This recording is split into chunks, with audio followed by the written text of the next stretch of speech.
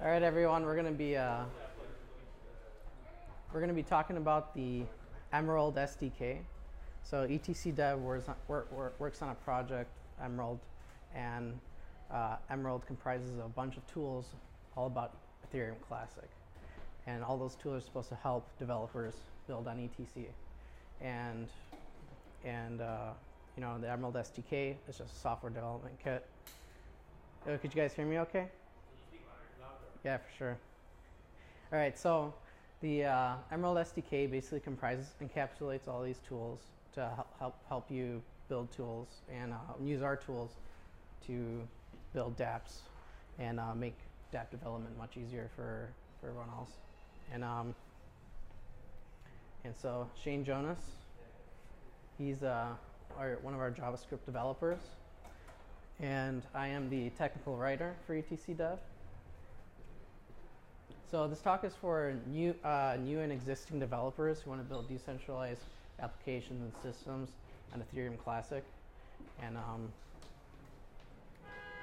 you know, what we're going to cover is like why bother to build decentralized applications, how do you even start, what are the common challenges, and what's the Emerald SDK, what are we trying to solve, and where to get started. So some of the reasons to build on Ethereum Classic kind of relates to ETC. Oh, this one? Okay. Hello? Good? All right, cool. All right. Okay, cool. All right, so why would you create decentralized applications? One of the reasons is unstoppable. So, and this is important because you know you have AWS for other things, and you know, and Ethereum Classic basically has a server that never shuts down, and that's the Ethereum Classic blockchain. And if you're going to have an application, you want it to work. You don't want anything to stop it, and that's one of the benefits of building a decentralized application. It's secured by the blockchain, and it's going to be there forever. And another reason is banking the unbanked. So when you think about, you know, there's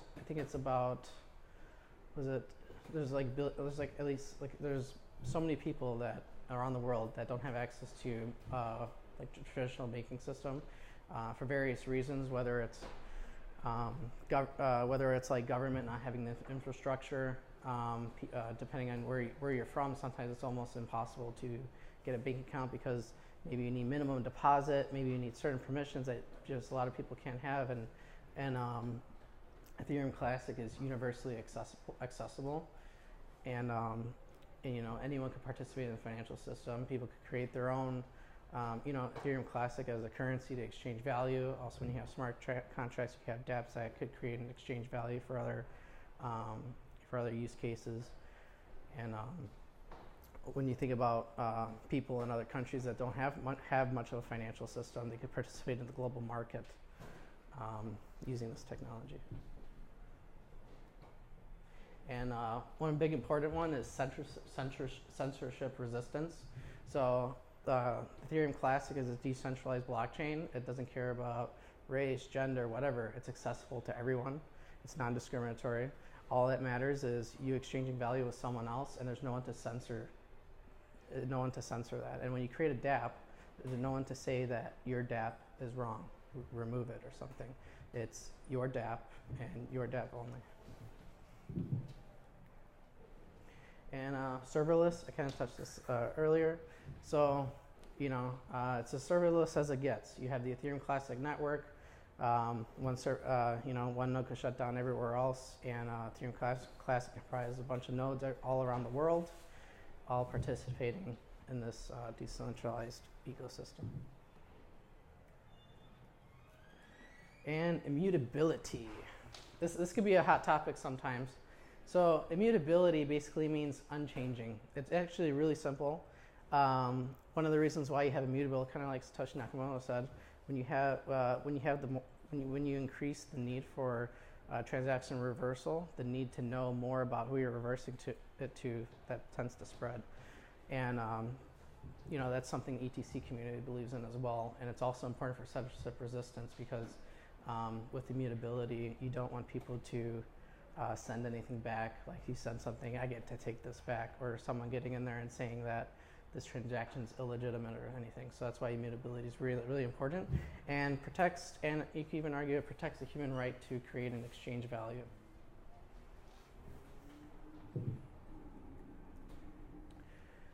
Okay, so where do you start? So many people would you generally go on Google, right? And you search, how do I build a dApp? And there's many, and there's not too many clear answers for that. And there's a lot of tools, and a lot of people get confused on what tool I use for this. Oh, I can use Remax to compile this contract, and I can use MetaMask to sign it. But these are all like separate tools, and there's not really a encapsulated chain of creating a dApp end to end, and that's something that we're trying to solve with Emerald. And continue. So some challenges is there's no simple, clear answers, like I said, and people ask, do I need to run a node? Does my user need a node? And with blockchain development, and when you have regular web application development, there's different trade-offs. You have the blockchain, so there's different variables you have to think about. And one of the things we want to try to solve with Emerald is, trying to make these variables a little easier for everyone else to manage. And do I need a testnet to develop against? How do I interact? You got public testnets, local testnets. What's the best one? How do I connect it with my tools? And that brings us to the dApp developer tool set. So you think about what does a dApp developer toolset look like? So we'll go over that. And so you think about building an application UI. People need to interact with this dApp, right? What are you going to use? And there's many ways to do that. There's no wrong or right reason, but we will propose a solution soon. And then you have, where are your blocks? So when you have an application, a dApp, right? You're using a blockchain. So you're submitting transactions on your testing environment. Where are these blocks? Where can you inspect the state of a transaction? And that's something a dApp developer needs, because you think about your end user, they're probably going to go on some block explorer and see their transaction, and this is something that you need in your testing environment.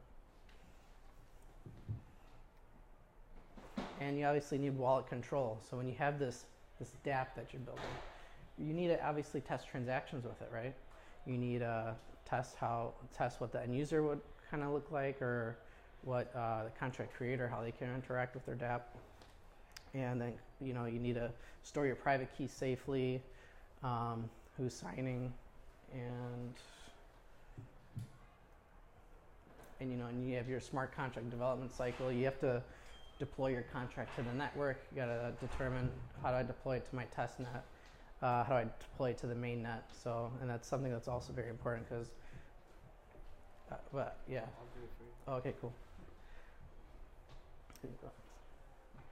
Yeah, and you need interacting with your blockchain. So you could build an application. Let's say you have this awesome idea. You're a web developer. You build this awesome application where you're like, okay, I have this application, but how do I connect everything? And that's something that's also one of the problems people face is, like, you can be an amazing developer, but it's like, what do I need to connect to the blockchain and back my stuff up by the blockchain?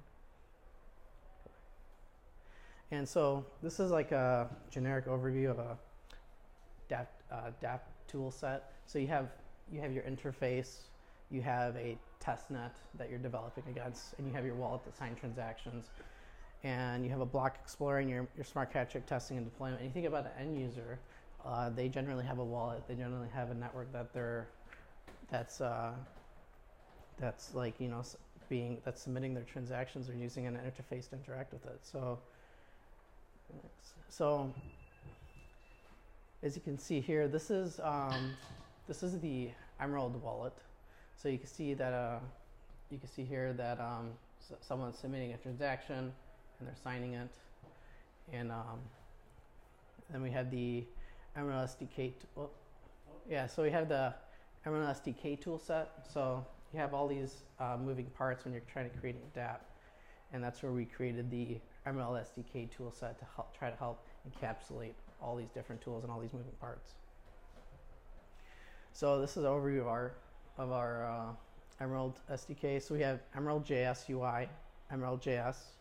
This is like your front end, your interface, right? You have your Emerald Test RPC, which is powered by our Sputnik VM dev, which is a Ethereum virtual machine. And we have our EmeraldWallet. You know, you need to manage your accounts and stuff, and you have your Emerald Explorer, so you could inspect the blocks on your local blockchain. And then we have the Emerald CLI, and that's kind of like the Swiss Army knife of all this. That kind of brings all these tools into a CLI environment. And so here's an example of EmeraldJS UI and EmeraldJS. So you see the React presentational components, right? So you would have like a React front-end element displaying something, but it's like, oh, but how do I fetch the information from the blockchain? And so that's where we would use EmeraldJS, which is a JS RPC API that we provide.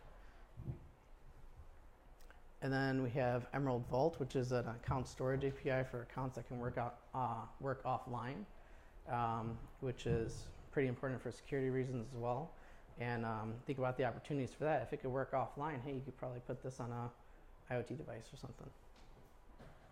And then we have EmeraldWallet, which is more of like a GUI application, and it also uses EmeraldVault in the background. So you know, you can manage your account, sign transactions, and uses EmeraldVault to keep your transactions safe.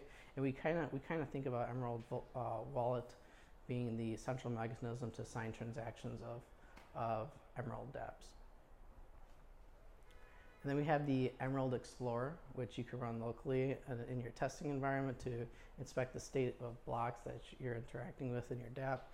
And you know, and it's pretty lightweight. You don't need to sync an entire database, and has all your regular suspects like blocks, what's the hash, and all the things you would expect in a mainnet. All right, and the Emerald CLI.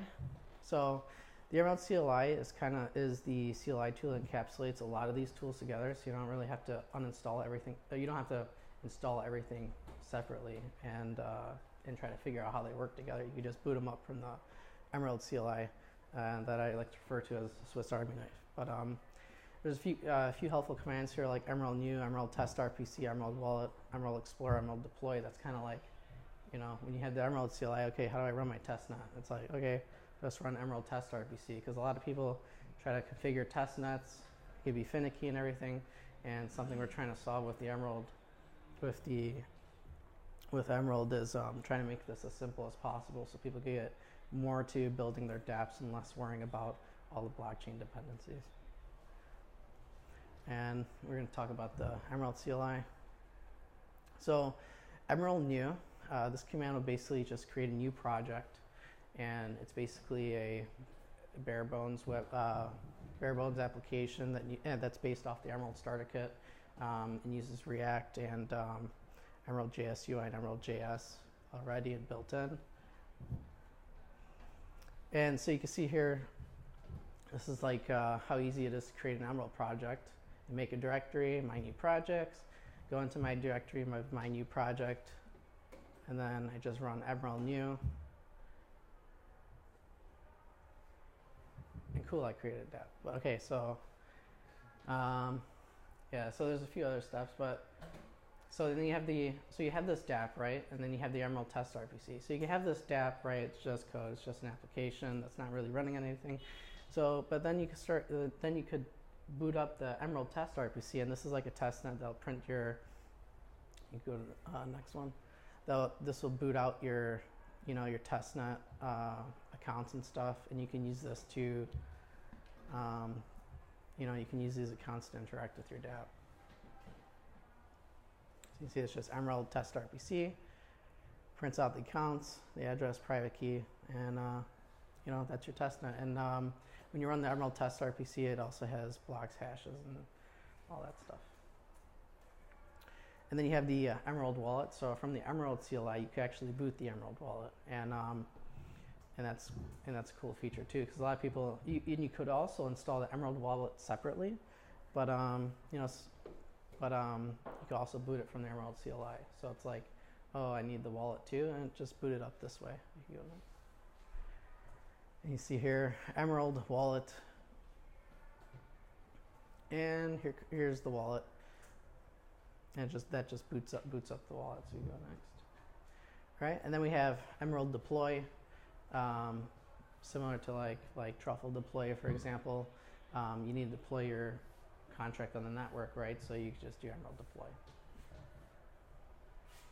And then we have the Emerald Starter Kit, and Zach's one of our other JavaScript developers. He said a good to-do app is 30 lines away from building anything, right? So you think about like posting and removing something, you know, that's simple logic. With a few tweaking there, you can create like other applications, for example. And so the Emerald Starter Kit is just a bare bones to-do app that Emerald New also uses. And so you can see here we have, you know, you can add a new task, create presentation. You click the button to send that transaction, and that would open the EmeraldWallet. The next slide shows that. That would open the EmeraldWallet. It'll show you the transaction information, and then you would sign that transaction. Next, and that task would eventually be listed. So whatever you list here, it could be, I want to buy milk, I want to do this, and you add that transaction. Then you can also remove it. That would be another transaction you have to assign to in the dApp to remove that, and you would sign it with the EmeraldWallet. So yeah, so we'll get, so you can help us build the future of dApps. You can visit our documentation to get started with it too.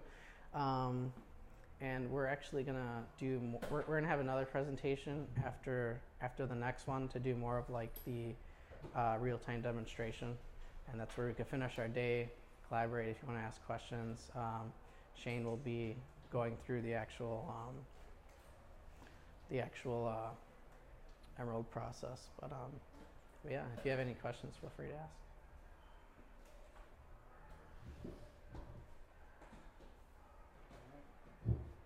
So before the tutorial, we were using Truffle and two other programs. Would we need to use them if we wanted to deploy an app using SDK? It's basically interoperable, using like the same specs for artifacts that they're using. So you can take a Truffle project and have it work still. The only difference is we recommend you to not use Web3. But yeah, everything will work. Obviously, it just won't go through the wallet. It'll go through Web3. Yeah, so I have lots of ideas on why not to use Web3, but I won't make it too much into it now. Any other questions?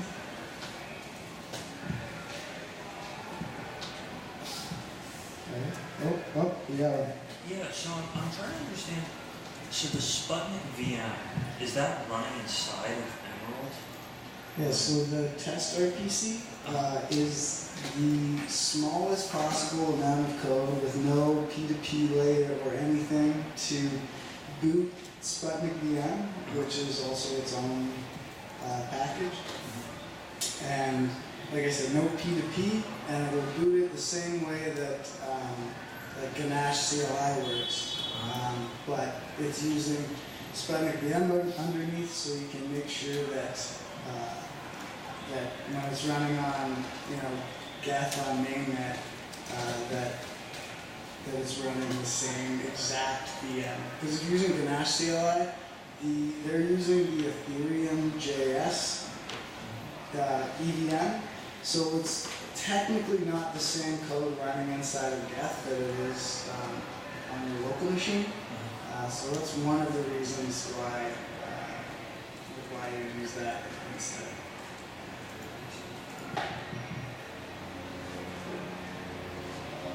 Any questions?